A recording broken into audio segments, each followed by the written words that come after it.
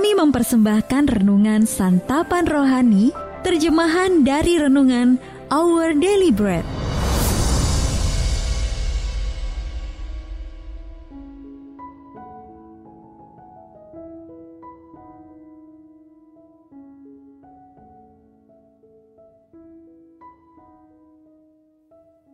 Sahabat ODB, pembacaan Alkitab hari ini terambil dari Kisah Para Rasul, pasal yang ke-9, ayat yang ke-36 sampai dengan ayat yang ke-43.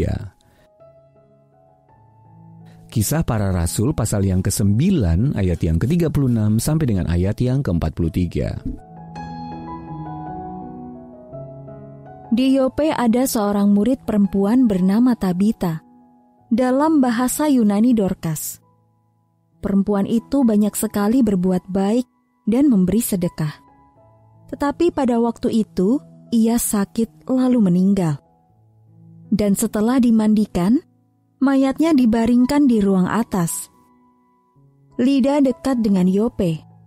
Ketika murid-murid mendengar bahwa Petrus ada di Lida, mereka menyuruh 2 orang kepadanya dengan permintaan, "Segeralah datang ke tempat kami." Maka berkemaslah Petrus dan berangkat bersama-sama dengan mereka.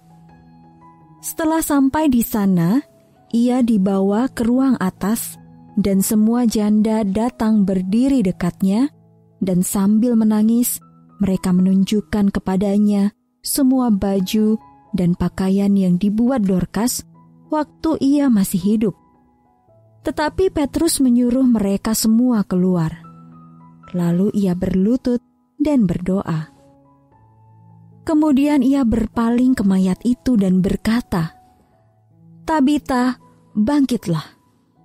Lalu Tabita membuka matanya, dan ketika melihat Petrus, ia bangun lalu duduk.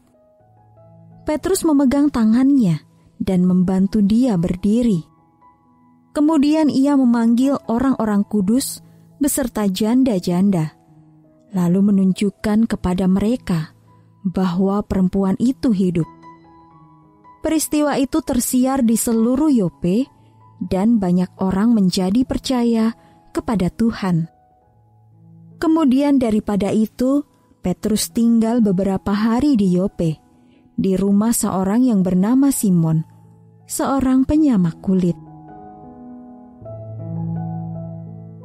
Ayat Mas renungan hari ini terambil dari Kisah Para Rasul pasal yang ke-9 ayat yang ke-36. Tabita banyak sekali berbuat baik dan memberi sedekah. Renungan hari ini berjudul Memakai Kemampuan bagi Kristus, ditulis oleh Marvin Williams. Sahabat ODB, pernahkah Anda mendengar tentang The Sewing Hall of Fame?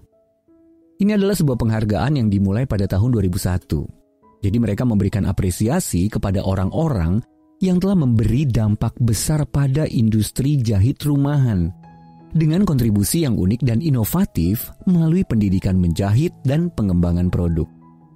Penerima penghargaan itu termasuk nama-nama seperti Martha Pullen yang menerima pada tahun 2005 dan digambarkan sebagai seorang wanita peneladan Amsal 31. Yang tak pernah lalai untuk mengakui secara terbuka sumber kekuatan, inspirasi, dan berkatnya. The Sewing Hall of Fame baru diadakan pada abad ke-21. Sekiranya hal itu sudah ada di Israel pada abad pertama, maka seorang wanita bernama Tabita hampir pasti menjadi salah seorang penerimanya.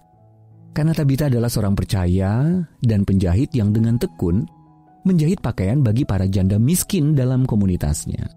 Kita bisa baca dalam Kisah Para Rasul pasal yang ke-9 ayat yang ke-36 juga 39. Namun setelah ia jatuh sakit dan meninggal dunia, murid-murid memanggil Petrus untuk melihat apakah Allah berkenan melakukan keajaiban melalui dirinya. Ketika Petrus tiba, para janda yang menangis menunjukkan kepadanya jubah dan pakaian yang telah Tabita buatkan bagi mereka. Pakaian-pakaian tersebut menjadi bukti bahwa Tabita banyak sekali berbuat baik kepada orang miskin di kotanya. Dengan kuasa Allah, Tabita dihidupkan kembali.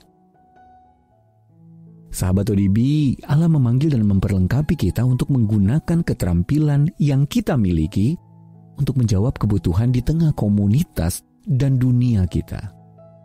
Maka marilah kita menggunakan kemampuan kita itu untuk melayani Tuhan Yesus, dan mari kita lihat bagaimana Dia akan memakai perbuatan kasih kita untuk menyatukan hati dan hidup banyak orang. Efesus pasal yang keempat, ayat yang ke-16. Sahabat ODB, bakat dan kemampuan apa yang dikaruniakan Allah kepada Anda? Lalu bagaimana Anda dapat memakainya untuk membantu orang-orang yang membutuhkan? Mari kita berdoa. Tuhan Yesus, mampukanlah aku untuk menjawab kebutuhan sesamaku dengan cinta kasih dan belas kasihan. Dalam nama Tuhan Yesus, kami berdoa. Amin. Jika Anda ingin mendapatkan buku renungan ini dalam bahasa Indonesia, Inggris, atau Mandarin, WhatsApp kami di 0878 7878 9978 atau email indonesia@odb.org. Persembahan kasih dari Anda memampukan Our Daily Bread Ministries menjangkau orang-orang agar diubahkan. Tuhan memberkati.